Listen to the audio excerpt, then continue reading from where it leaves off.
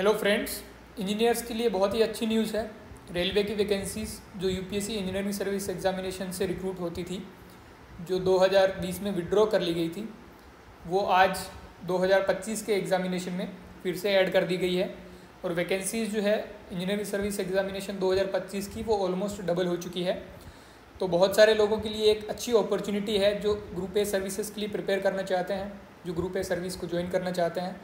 Railway department जो है वो ऑलमोस्ट वैकेंसीज जो है वो टोटल वैकेंसी की 50% निकालता था हमेशा ही पहले, और 2019 के बाद में पहली बार ऐसा हो रहा है कि टोटल नंबर ऑफ वैकेंसीज जो है वो 450 को भी क्रॉस कर चुकी है। अदरवाइज वैकेंसीज जो है वो 200 वाली लाइन में आ चुकी थी।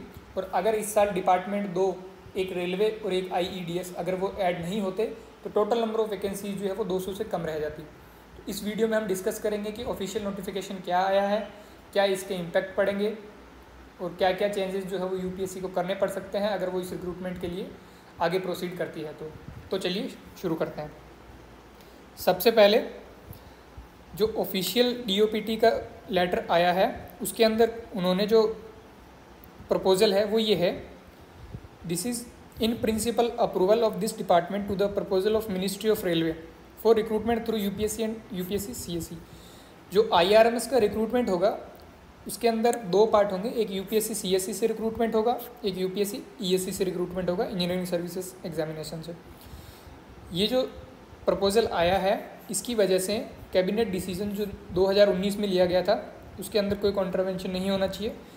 ये जो रिक्रूटमेंट है ये consultation with UPSC and DOPT होना चाहिए, एंड UPSC को एग्री करना चाहिए to carry out the recruitments, जो कि ऑब्वियसली हो जाएगा। ये जो लेटर इशू हुआ है, ये लेटर मिनिस्ट्री ऑफ रेलवे द्वारा इसकी इन्फॉर्मेशन दी गई है, किसको, UPSC को भी दी गई है।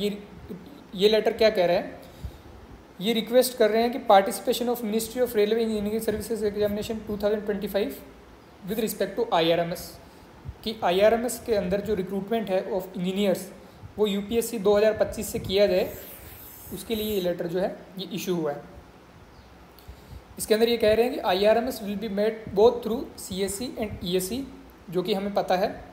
इसके अंदर इन्होंने कहा है कि पार्टिसिपेशन, ऑलरेडी ये इन्फॉर्मेशन कन्वे कर रहे हैं कि UPSC ने जो नोटिफिकेशन है वो ऑलरेडी जारी कर दिया है फॉर ESE 2025। तो उसके अंदर क्या चेंज ये प्रपोज कर रहे हैं उसके लिए रिक्वेस्ट किया है।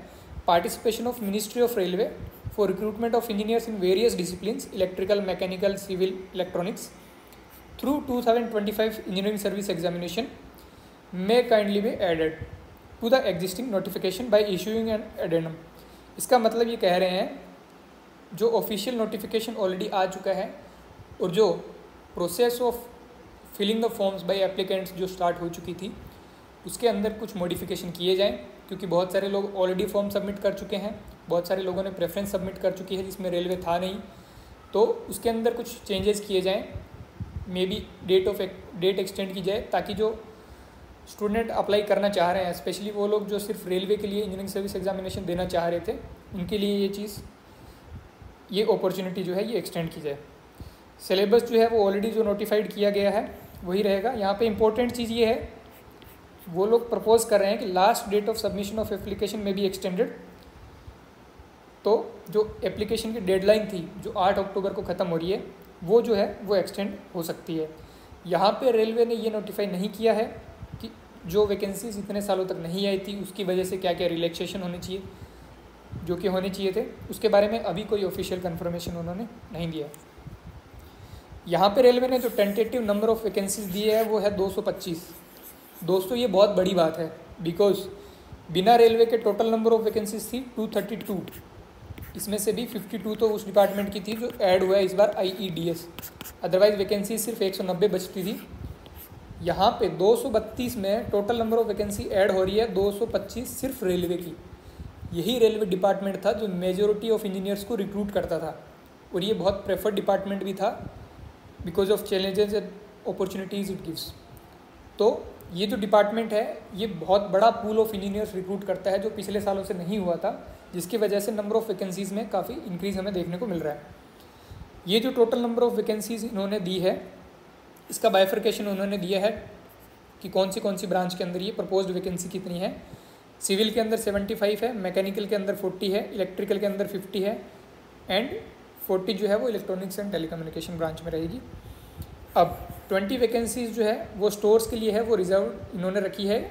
अभी तक इसका जो बाइफर्केशन है वो उन्होंने नहीं दिया है कि कौन सी ब्रांच जो है इलेक्ट्रिकल, मैकेनिकल, सिविल के अंदर इसका बाइफर्केशन क्या होगा, जो वो बाद में नोटिफाई करेंगे। कैटेगरी वाइज क्या इसका बाइफर्केशन रहेगा वो भी रेलवे ने अभी तक इशू नहीं किया है, वो भी उन्होंने बोला है कि बाद में इशू करेंगे। इसका जो इम्पैक्ट पड़ रहा है वैकेंसीज़ पे, इसका जो इम्पैक्ट पड़ रहा है वो क्या है ये एक बार देखते हैं। तो जो नोटिफाइड वैकेंसी पहले थी वो हमें पता है कि 232 थी।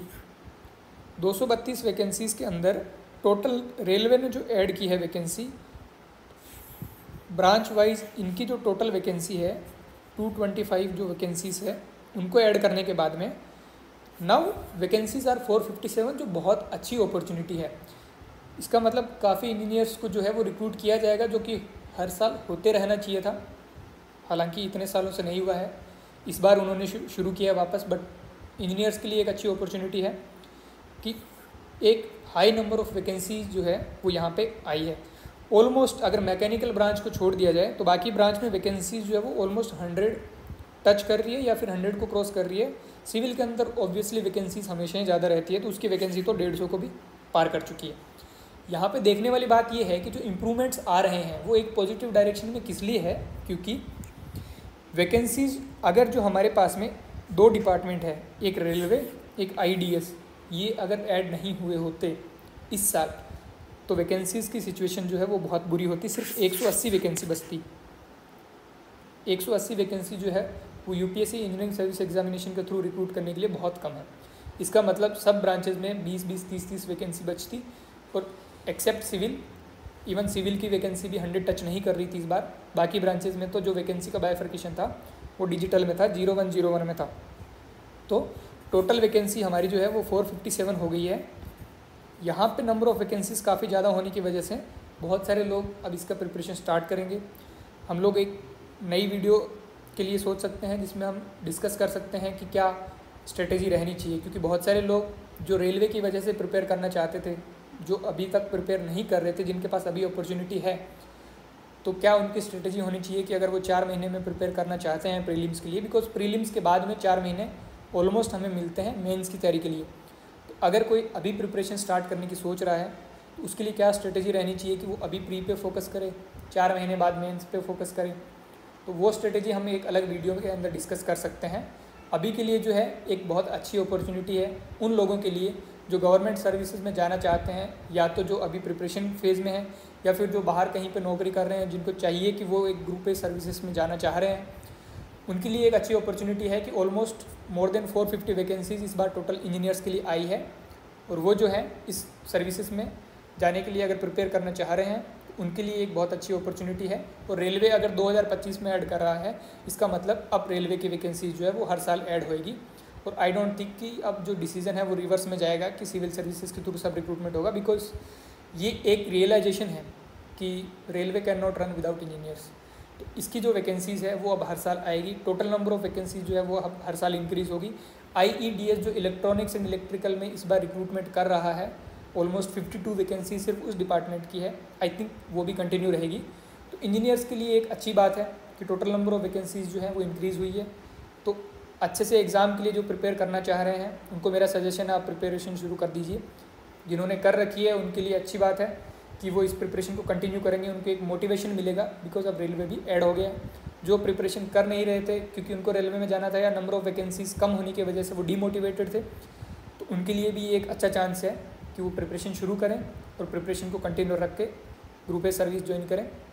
आगे की वीडियो जो है उनके बारे में नोटिफिकेशन पाने के लिए बिकमिंग ऑफिसर्स को सब्सक्राइब करें और नोटिफिकेशन को ऑन कर लें, ताकि एक प्रिपरेशन स्ट्रेटेजी की जो वीडियो है, जो मेरा एक्सपीरियंस प्रिपरेशन का रहा है अभी तक बीइंग एन ऑफिसर, में अपना एक्सपीरियंस यहाँ पे शेयर करूँगा और उसको आप लोग जो है तुरंत के तुरंत जान पाएंगे और आपको प्रिपरेशन में एक हेल्प मिल पाएगी।